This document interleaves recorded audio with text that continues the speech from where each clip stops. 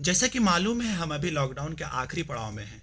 यह lockdown China के Wuhan शहर से फैलने वाले कोरोना वायरस की वजह से लगा और देखते ही देखते पूरी दुनिया को अपनी चपेट में ले लिया। हर मुल्क के सिस्टम को ठप कर दिया, लोगों को घरों में कैद कर दिया। इस तरह पूरी दुनिया कैद खाने में बदल गई। आज के इस टेक्नोलॉजी और एडवांस मेडिकल साइंस के एज में आपने कभी ऐसा सोचा था कि एक ऐसा भी दिन आएगा जब सब कुछ थम सा जाएगा, लोगों को परेशानियों का सामना करना पड़ेगा, हर स्तर पर हर किसी को अपने हिसाब से तकलीफ उठानी पड़ेगी। बाय द वे, इस कोरोना वायरस ने हमें बहुत सीख दिया, तो आइए इस सीखने की प्रक्रिया को हम जारी रखते हैं। इससे जुड़े वर्ड्स न्यूज़पेपर टीवी चैनल्स पर सुने होंगे, पर उन्हें कैसे प्रोनाउंस करना है, उसका एक्चुअल मीनिंग क्या है, ये आज हम सीखेंगे। तो चलिए शुरू करते हैं।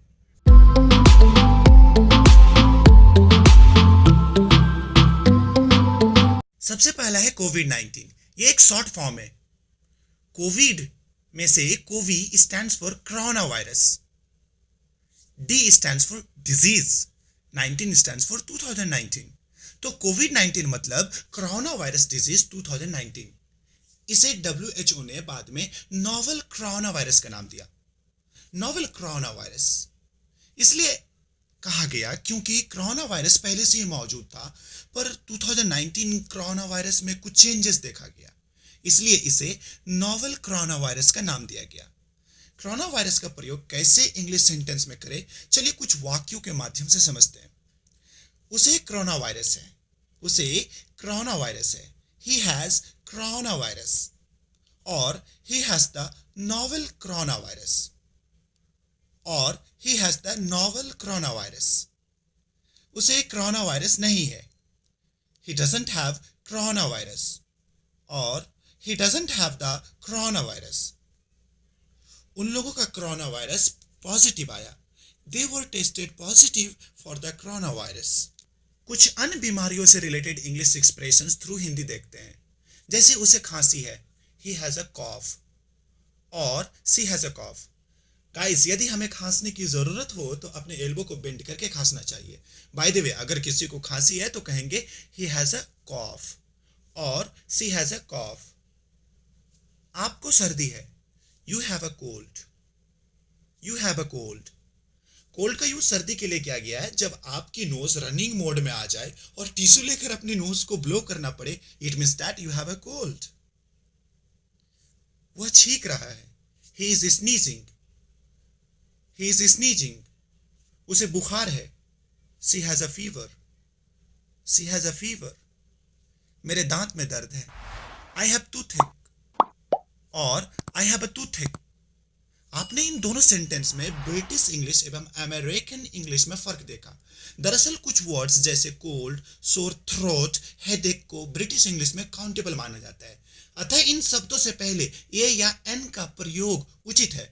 किंतु कुछ शब्द जैसे टूथेक, एयरएक, स्टमक एक एंड बैकएक को सामान्यतः अनकाउंटेबल माना जाता है, इसलिए इन शब्दों से पहले आर्टिकल का प्रयोग नहीं होता है। पर रही बात जहां तक अमेरिकन इंग्लिश की, कोई भी शब्द जो रेफर करता है पर्टिकुलर अटैक्स ऑफ पेन को, तो ऐसे शब्द को अमेरिकन इंग्लिश में काउंटेबल समझा जाता है, अतः ए या एन का प्रयोग भी किया जाता है। मेरे भाई के कान में दर्द है, my brother has earache, my brother has earache, और my brother has an earache, my brother has an earache। उसके पीठ में दर्द है, he has backache, और he has got a backache।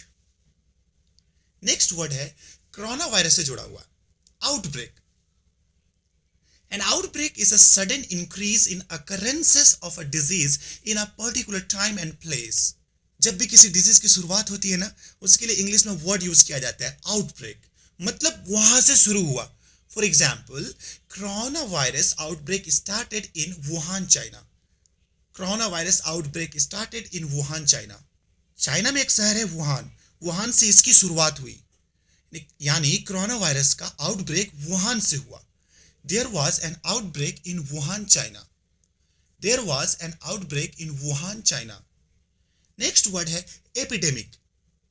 An epidemic is the rapid spread of disease to a large number of people in a given population within a short period of time।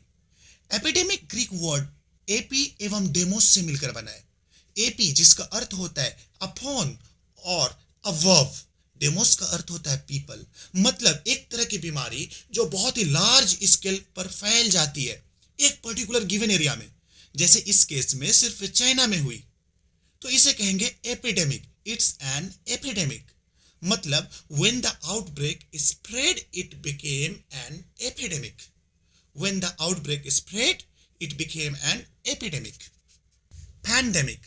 A pandemic is a disease epidemic that has spread across a large region, for instance, multiple continents or worldwide. Pandemic Greek word pan एवं demos से मिलकर बना है। Pan जिसका अर्थ होता है all एवं demos जिसका अर्थ होता है पीपल। जैसा कि हम लोगों ने समझा कि कोरोना वायरस की शुरुआत वुहान चाइना से हुई, यानी वुहान से आउटब्रेक हुआ, और जब यह वुहान शहर से पूरे चाइना में फैला तो इसे एपिडेमिक कहा गया। बट चाइना में दुनिया भर से लोग आते हैं। वेरी स्पेसिफिकली ये हुआ कि चाइनीज न्यू ईयर के टाइम पे जो दिसंबर के एंड में था, उस वक्त चाइना में दुनिया भर से लोग आए, दुनिया भर में लोग गए, और ये वायरस भी उनके साथ पूरी दुनिया में फैला। दुनिया का हर शहर, हर सिटी इससे अफेक्ट हो चुका है, तभी इसे कहा जाता है पैंडेमिक। WHO ने इसे पैंडेमिक डिक्लेयर किया। बढ़ते हैं आगे। हम सभी जानते हैं कि अभी पैंडेमिक की स्थिति है, तो गवर्नमेंट क्या कर रही है? गवर्नमेंट लोगों को क्वारंटीन कर रही है। यह वर्ड आपने न्यूज चैनल में, न्यूज़पेपर में बहुत सुना होगा। इसके प्रोनाउंसिएशन है क्वारंटीन। क्वारंटीन मतलब कंप्लीटली अलग, यानी आइसोलेट कर देना, ताकि दूसरों को बीमारी नहीं फैले। इसे कहते हैं क्वारंटीन। इसकी प्रोनाउंसिएशन है क्वारंटीन, नॉट क्वारंटाइन। दिखने में टाइन लगता है पर उच्चारण करते हैं टीन। Quarantine, quarantine. क्वारंटीन दो तरह के हो सकते हैं, self quarantine, imposed quarantine. Imposed quarantine किसको किया जाता है? जो सिम्टम्स दिखा रहा है। जैसे कि आप जानते हैं कोरोना वायरस की वजह से लोगों का पलायन हो रहा है। जब वो अपने कंट्री या स्टेट या सिटी पहुंचते हैं तो उनका टेस्ट होता है कि फीवर है, खांसी है, बहुत ज़्यादा ब्रेथलेसनेस है, तो इसका मतलब है कि उनको सिम्टम्स है कोरोना वायरस का। ऐसे लोगों को इम्पोज्ड क्वारंटीन किया जाता है, कंप्लीटली अलग थलग रखा जाता है, आइसोलेट किया जाता है। पर सेल्फ क्वारंटीन उन लोगों के लिए है जो एसिम्प्टोमेटिक है। एसिम्प्टोमेटिक का मतलब है जिससे कोई भी सिम्टम्स ना दिखे, वो अफेक्टेड है या नहीं, पर हो सकते हैं। इसलिए वैसे लोगों को कहा जा रहा है कि आप सेल्फ क्वारंटीन करो। उनके हाथ में स्टैंप मार के 14 दिन अलग रहने को कहा जा रहा है, और फिर यह भी कहा जा रहा है कि बताओ कि सिम्टम्स दिख रहे हैं कि नहीं दिख रहे हैं। नेक्स्ट वर्ड है transmission, the spread of virus. Virus का फैलाव। सरकार वायरस के फैलाव को लॉकडाउन के जरिए रोकने की कोशिश कर रही है। सरकार वायरस के फैलाव को लॉकडाउन के जरिए रोकने की कोशिश कर रही है। Government is trying to limit the transmission of the virus through lockdown. Government is trying to limit the transmission of the virus through lockdown. Well दोस्तों, अब कोरोना वायरस से जुड़े हर रोज बोले जाने वाले इंग्लिश सेंटेंसेस को देखते हैं। कोरोना वायरस एक छुआछूत की बीमारी है। Corona virus is a contagious disease. Corona virus is a contagious disease. यह वायरस खांसने और छींकने के छींटों से फैलती है। यह वायरस खांसने और छींकने की छींटों से फैलती है। The virus spreads through the droplets of coughing and sneezing. अपने हाथों को साबुन और पानी से बार बार धोए। Wash your hands with soap and water frequently. Wash your hands with soap and water frequently. बिना धुले हुए हाथों से अपनी आंखों, नाक और मुंह को ना छुए। Don't touch your eyes, nose and mouth with unwashed hands. Don't touch your eyes, nose and mouth with unwashed hands. खांसते और छींकते समय अपने मुंह को ढके। Cover your mouth while coughing and sneezing. Cover your mouth while coughing and sneezing. किसी वस्तु को छूने के बाद अपने हाथों को जरूर धोए। Wash your hands surely after touching any object. Wash your hands surely after touching any object. भीड़ वाली जगहों पर जाने से बचे। Avoid going to crowded places. Avoid going to crowded places. बीमार लोगों से दूर रहने की कोशिश करें। Try to avoid sick people. Try to avoid sick people. किसी से हाथ मिलाने से बचे। Avoid shaking hand with anyone.